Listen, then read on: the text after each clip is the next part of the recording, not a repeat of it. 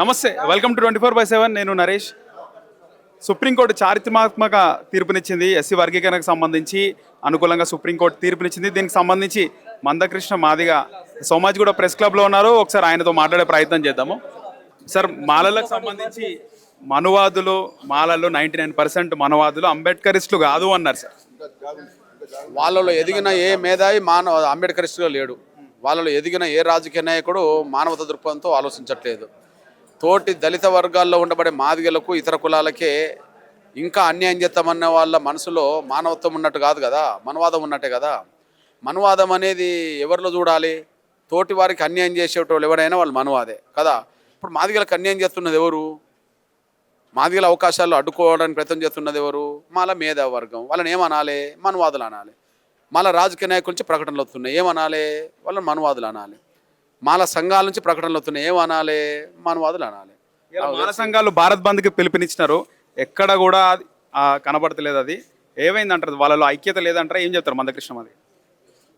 దాన్ని బట్టి అర్థం ఏంటంటే మాలల్లో సామాన్యులందరూ వాళ్ళ పిలుపుకు దూరంగా ఉన్నారు. రోడ్ ఎక్కలేదు కదా అంటే అర్థమైంది.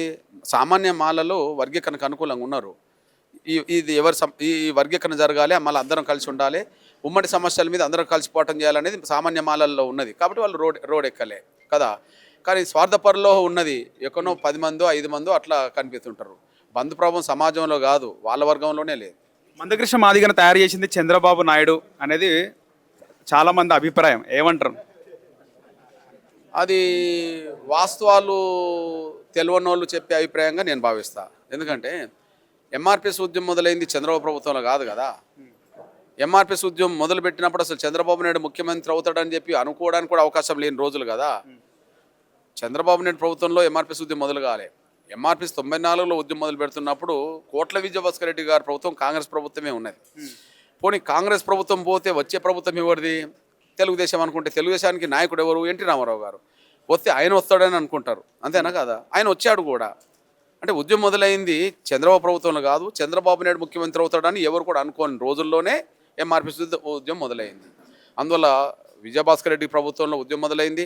అప్పుడు మా ఉద్యమం ప్రకాశం జిల్లాలో విస్తరిస్తున్నాం. ఎన్టీ రామారావు వచ్చేటప్పటికి ఆంధ్రప్రదేశ్లో విస్తరిస్తున్నాం. చంద్రబాబు నాయుడు గారు ముఖ్యమంత్రి అయ్యే అంటే ఏమైందంటే బోధించు, సమీకరించు, పోరాడు, ఇది కదా. బోధించే సమయంలో విజయభాస్కర్ రెడ్డి గారు, సమీకరించడానికి ముందుకెళ్తున్న దశలో ఎన్టీ రామారావు గారు, ఉమ్మడి రాష్ట్రం అంతా తిరిగి పోరాటం ప్రారంభించే దశలో చంద్రబాబు నాయుడు గారు.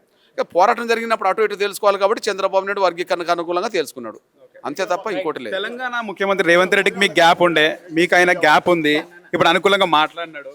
ఇప్పుడు గతంలో మీరు అన్ఫిట్ అన్నారు. రేవంత్ రెడ్డి గారుకి నాకేమన్నా వ్యక్తిగతమైన ఘర్షణ ఉన్నదా? మాకేమైనా ఆస్తుల పంపిణీ కాడ ఏమైనా తేడా ఉన్నదా? అది కాదు కదా. ఇప్పుడు రేవంత్ రెడ్డి గారికి మాదిగల సహకారం ఉన్నది, ఎంఆర్పిఎస్ మద్దతు కూడా ఉన్నది. రేవంత్ రెడ్డి గారు కూడా ఎంఆర్పిఎస్ ఉద్యమంలో పాల్గొన్న వ్యక్తే, ధర్నాలో పాల్గొన్న వ్యక్తే, మీటింగ్లో పాల్గొన్న వ్యక్తే.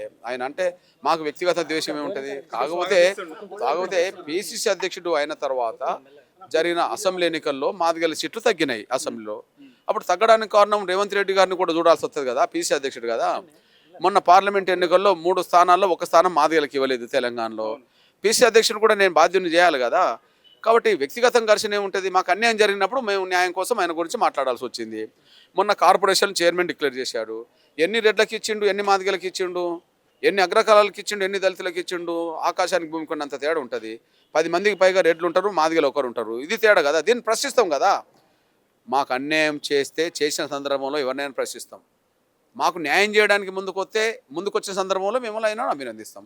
వర్గీకరణ చేస్తామని ముందుకు వచ్చానని ప్రకటన చేసిండు కాబట్టి నేను అభినందించాను, అంతే. రైట్. రాజకీయాల్లో శాశ్వత మిత్రులు, శాశ్వత శత్రువులు ఉండరంటున్నారు మందకృష్ణ మాదిగ. గతంలో తెలంగాణ ముఖ్యమంత్రి రేవంత్ రెడ్డి తనను వ్యతిరేకించిన, తాను ముఖ్యమంత్రిగా అప్పుడున్నటువంటి పిసిసి అధ్యక్షుడు ఉన్న రేవంత్ రెడ్డిని ఆయన వ్యతిరేకించినా కూడా సిద్ధాంత పరంగానే వ్యతిరేకించినాం, కానీ పర్సనల్గా నాకు రేవంత్ రెడ్డికి ఏమి లేవు, సిద్ధాంత పరంగానే మా వ్యతిరేకత ఉంది. ఇప్పుడు ఆయన ఎస్సీ వర్గీకరణను ఆయన స్వాగతిస్తున్నాడు. దీనికి సంబంధించి ఈరోజు సాయంత్రం నేను రేవంత్ రెడ్డిని కూడా కలవబోతున్నాను.